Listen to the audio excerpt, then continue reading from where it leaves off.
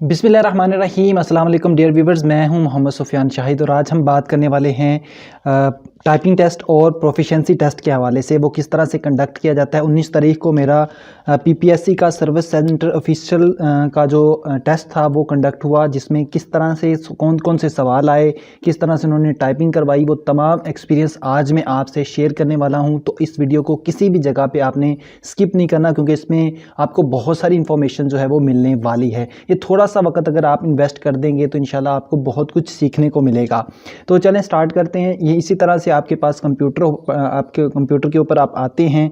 अच्छा, कंप्यूटर में जो लैपटॉप अपना कीबोर्ड के हवाले से बात करें तो कीबोर्ड जो है वो डेल के यूज़ किए जाते हैं मोस्टली ऑफिस के अंदर, और वो बहुत ज़बरदस्त होते हैं। ये नहीं हम कह सकते भाई वो हार्ड थे या वो है, कुछ भी नहीं है। आप जैसे ही वहाँ पे जाते हैं, ऊपर बैठते हैं, वो आपको कहते हैं नोटपैड आपका ओपन होता है और उसमें आपको कहते हैं जी टाइपिंग करके देख लें कि आपका कीबोर्ड कोई बटन प्रेस कोई ख़राब तो नहीं है। इसी तरह से हमारे साथ उन्होंने किया था।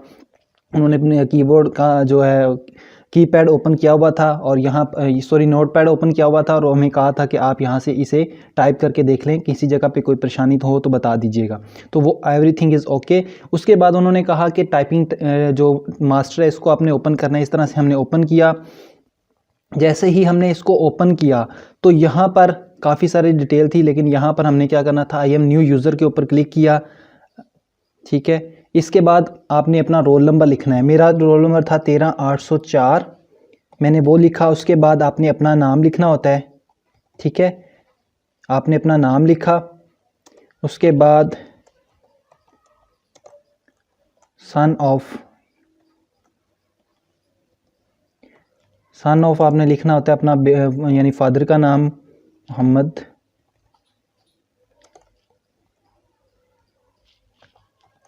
ठीक है, ये आपने लिख लिया नाम। असल में मैं ये लैपटॉप पे कर रहा हूँ, इसमें साथ वो क्योंकि लैपटॉप को में आपको पता है कि स्पीड थोड़ी डिफरेंट होती है। सो मेरी जो कीबोर्ड पे स्पीड है वो तकरीबन अच्छी निकल आई थी वो, और अल्हम्दुलिल्लाह मैंने क्लियर भी कर लिया।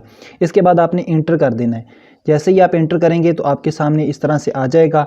इसके बाद वो आपको कहेंगे जी टाइपिंग टेस्ट के ऊपर आपने क्लिक करना है। यहाँ पर ये कुछ भी नहीं होगा, सिर्फ एक ही डेट दिखी होगी और .txt एक ही फ़ाइल होगी। आप वो ऑलरेडी फ़ाइल सेलेक्टेड होगी और यहाँ से आपको कहेंगे जी 5 मिनट का टाइम सेलेक्ट कर लें। जैसे ही आप 5 मिनट का टाइम सेलेक्ट करते हैं उसके बाद आपको कहते हैं जी टाइपिंग टेस्ट जो है वो स्टार्ट कर दें। आपने यहाँ पर सेलेक्ट करके टाइपिंग टेस्ट स्टार्ट कर देना है, जैसे कि आपको ये नज़र आ रहा है। ठीक है, अब आपने यहाँ से काम करते जाना है। और अच्छा, एक बच्चे ने एक बड़ा लॉजिक लगाया था, जैसे कि कोई लफ्ज़ मुश्किल आता है वो उस लफ्ज़ को छोड़ के वो अगला लफ्ज़ लिख लेता है। जैसे कि ये समझ ले ग्रीक लफ्ज़ है, आपको लिखने में प्रॉब्लम आ रही है तो वो मुश्किल लफ्ज़ को छोड़ता गया और उसकी स्पीड जो है वो तकरीबन 41 बन गई। वैसे तो दरकार थी जो है अपना 30 की, लेकिन उसकी 41 बनी, जिस वजह से वो जो है वो क्लियर कर गया। कुछ लोग जो हैं वो क्लियर नहीं कर पाए। इस जैसे ही ये कंप्लीट हो जाएगा उसके बाद आपको यहाँ पर आपकी टाइपिंग स्पीड जो है वो शो हो जाएगी। चूँकि मैं ये लैपटॉप पे कर रहा हूँ तो इसलिए ये स्पीड मैं सही से नहीं कर पा रहा, जैसे ये समझाने के लिए था। इसके बाद उन्होंने क्या करना है, ये आपका प्रिंटर जो है वो प्रिंट करवा लेंगे। अगर तो आपकी स्पीड 30 या इससे ज़्यादा हुई, यानी जितनी वो रिक्वायर है, अगर 30 है तो 30 के लिए हिसाब से देखेंगे, अगर 40 है तो 40 के हिसाब से ही ये जज करते हैं। ठीक है, उसके बाद ये प्रिंट करके जो है वो आपका एक तस्वीर वगैरह बनाते हैं। तस्वीर बनाने के बाद आपको साइड पे बिठा देते हैं। फिर नेक्स्ट बैच आता है, उसका भी इसी तरह से करते हैं और उसके बाद फिर आपका प्रोफिशिएंसी टेस्ट शुरू होता है। ये उन लोगों का जो टाइपिंग टेस्ट क्लियर करते हैं। अब ये कंप्लीट करने के बाद आपको ले जाते हैं जी आपके पास 3 पेज होते हैं। 3 पेजों के लिए आपको सबसे पहले क्या कहते हैं जी, यहाँ पर आप एक फ़ाइल बनाएं। आपने फ़ाइल क्या बनानी है, एक फ़ोल्डर बना लें यहाँ पर इस तरह से। ठीक है, न्यू के ऊपर क्लिक करें और यहाँ से एक फ़ोल्डर बना लीजिए। Ctrl+Shift+N दबा लें तब भी ये बन जाएगा। ठीक है, इधर आपने अपना नाम लिखना है, रोल नंबर लिखना है 13804। ठीक है, वही चीज़ जो मैंने वहाँ पर लिखी थी मैं यहाँ पर और सन ऑफ। अच्छा, यहाँ पर डॉट लगा के आप सन ऑफ लिखेंगे क्योंकि यहाँ पर स्लैश यूज़ नहीं कर सकते आप। यहाँ पर फादर का नेम,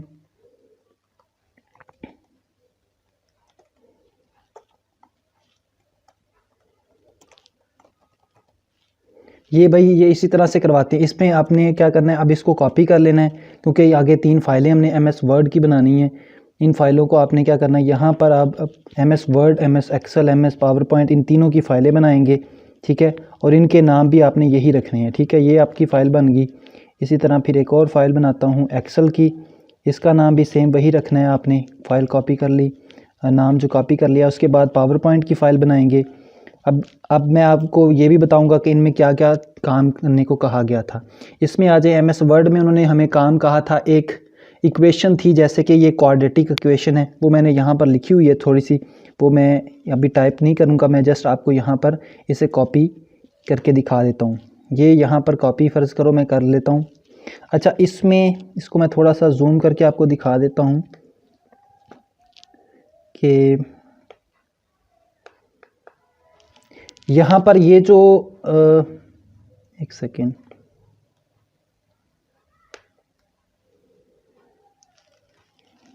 ज़्यादा बड़ा हो गया जी।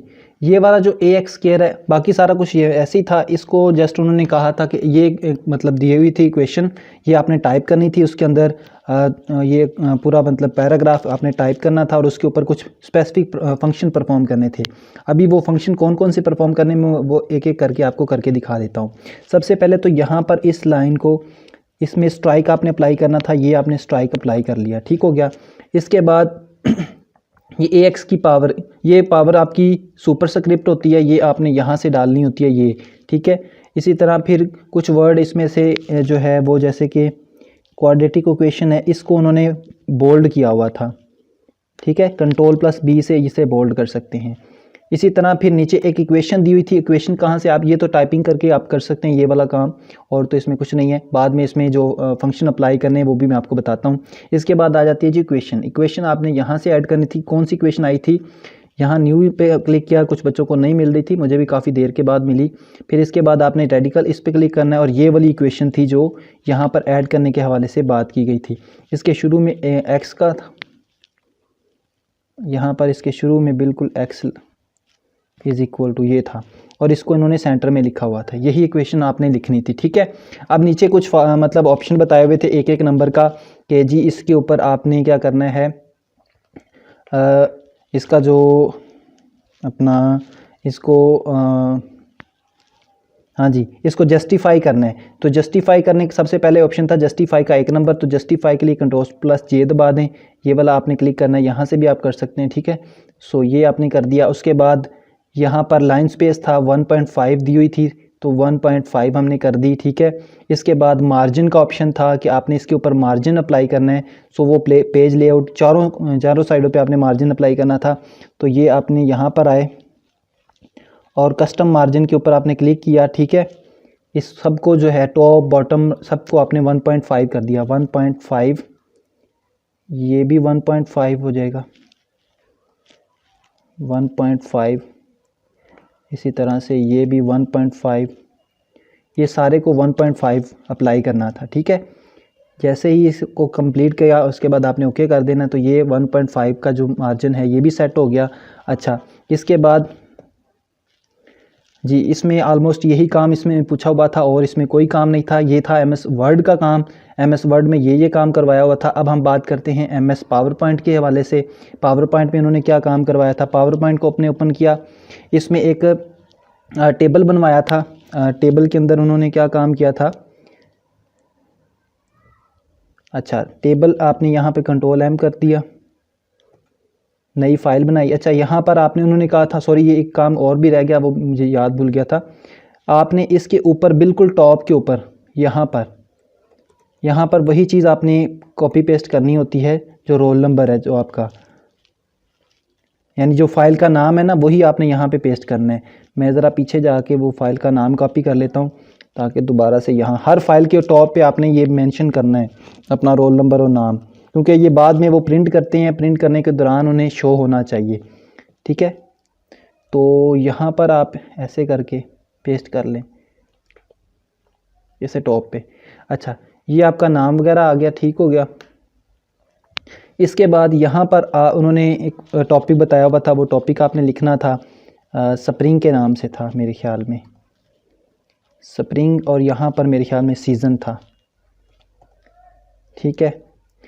और दो मतलब ये स्लाइडें बनाई हुई थी, कंट्रोल+M कर लें तो नई एक फ़ाइल और बन जाएगी।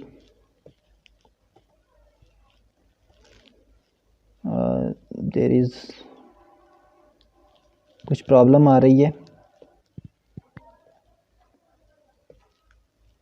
चलें, ये फ़ाइल बन गई, कंट्रोल एम से वैसे बन जाती है। यहाँ पर भी उन्होंने कोई एक टॉपिक दिया हुआ था स्ट्रिंग, और यहाँ पे कुछ पॉइंट दिए हुए थे, वो मुझे पॉइंट याद नहीं है। अब इसके ऊपर आपने क्या करना था, ट्रांजिशन अप्लाई करनी थी। उन्होंने कहा था कोई भी रैंडम आपने ट्रांजिशन दोनों पे अप्लाई कर देनी है, ठीक है। तो अप्लाई टू ऑल दोनों पे अप्लाई कर दी हमने, इस पे भी लग गई, उस पे भी लग गई। उसके बाद उन्होंने कहा था कि अपना डिज़ाइन आपने अप्लाई करना है दोनों के ऊपर, तो कोई भी डिज़ाइन आप इन दोनों के ऊपर अप्लाई कर सकते हैं, ठीक है।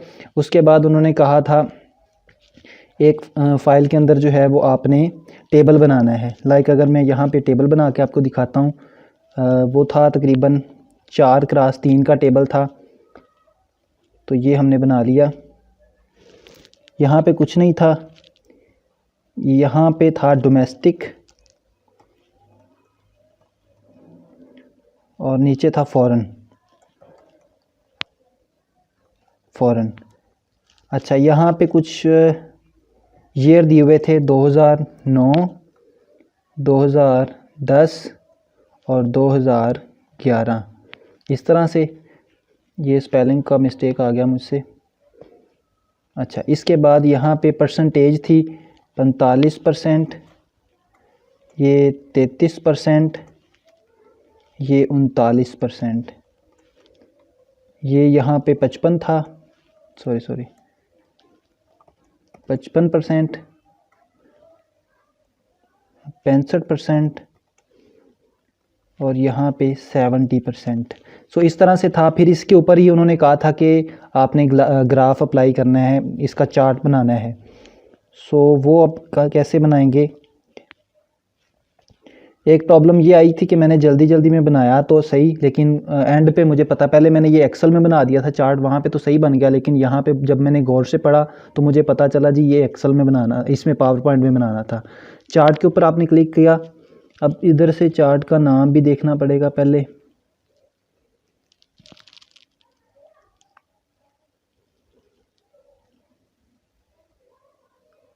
ये वाला मेरे ख्याल में था।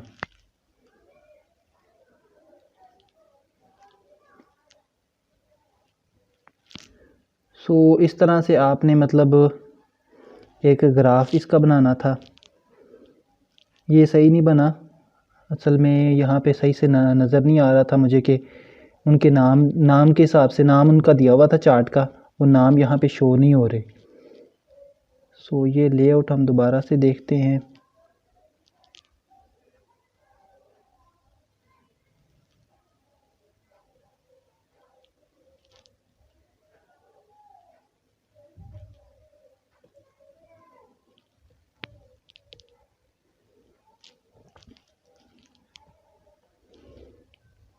सो ये चीज़ें ना सही से समझ नहीं आ रही। खैर, ये मैं दोबारा से आपको यहाँ से करके दिखाता हूँ। चार्ट में आए,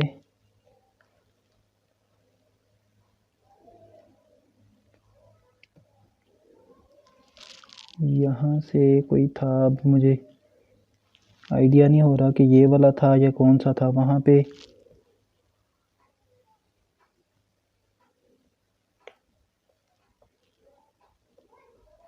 उन्होंने नाम मेंशन किया हुआ था, वो मुझे यहाँ पे मिल नहीं रहा, वरना मैं आपको सही से करके दिखाता।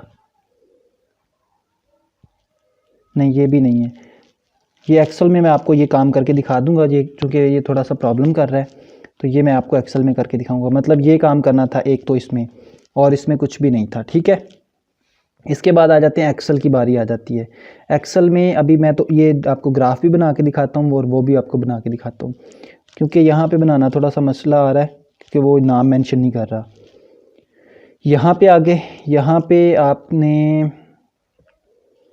एक स्टेटमेंट ऊपर दी हुई थी, वो स्टेटमेंट अब मुझे याद नहीं है, लेकिन यहाँ पे आपके पास एक मतलब जो था वो टैक्स के हवाले से था। आइटम, उसके बाद आइटम प्राइस, फिर उसके बाद टैक्स था, before price before tax, price before tax, और इसके बाद था price after tax, price after tax. So ये चीज़ थी। इसके बाद यहाँ पे वो नंबर वगैरह दिए हुए थे, 200 से शुरू हो रहा था, 200 से शुरू होके ये नीचे तक जा रहा था इस तरह से। फिर ये प्राइस दी हुई थी रैंडमली 50, 60, 70, 50, 56। सो मैं ये रैंडम दे रहा हूँ क्योंकि मुझे एग्जैक्ट याद नहीं है। ये हो गया। उसके बाद आ गया टैक्स। टैक्स के ऊपर आप उन्होंने फार्मूला लगाया हुआ था। वो फार्मूला क्या था कि अगर इफ़ का फार्मूला था, इफ़ आपके पास जो आइटम प्राइस है वो ग्रेटर देन है 200, अगर वो 200 से ज़्यादा है तो उसके ऊपर जो है वो इस तरह से टैक्स था, मेरे ख्याल में 50 रुपये टैक्स होगा।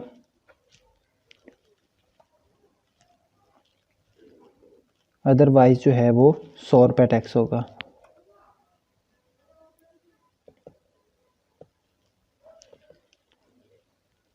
अदरवाइज़ यहाँ पे अब चूँकि 1 दिन में मुझे सारा कुछ भूल गया कि क्या क्या सवाल थे। सो ये देखें ज़रा, इसको हम नीचे पेस्ट कर लिया। ये जैसे जैसे ये वाली वैल्यू जो है वो बढ़ेगी, इस तरह से ये भी वैल्यू बढ़ जाएगी। ठीक है।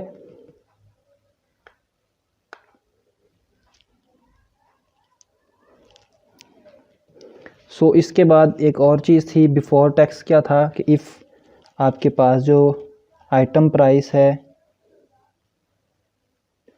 मल्टीप्लाई बाई समथिंग था, मुझे वो याद नहीं है, तो वो उन्होंने मेंशन किया हुआ था। जो आपकी आइटम प्राइस है उसको मल्टीप्लाई करवाना था किसी चीज़ के साथ, तो वो आपके पास वैल्यू आ जाती थी। इसके बाद फिर जो ये आपके पास था आफ्टर टैक्स, उसमें आपने मल्टीप्लाई करवाना था। अब ये मुझे एग्जैक्ट याद नहीं है। जो टैक्स था उसको जमा करना था, यानी टोटल प्राइस हो गई जमा आपका टैक्स हो गया, तो वो आपकी प्राइस आ जानी थी। ये आपके पास आ गया।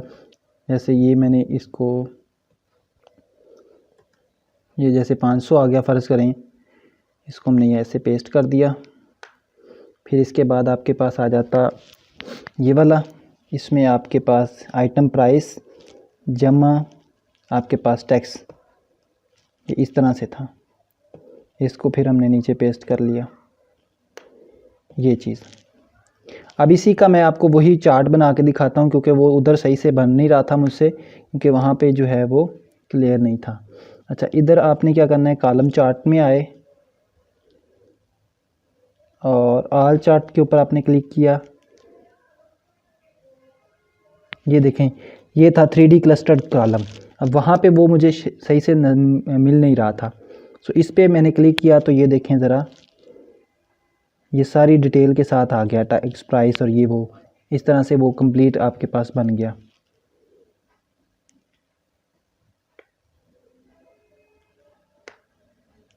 सो इस तरह से आपने चार्ट बनाना था। ठीक है।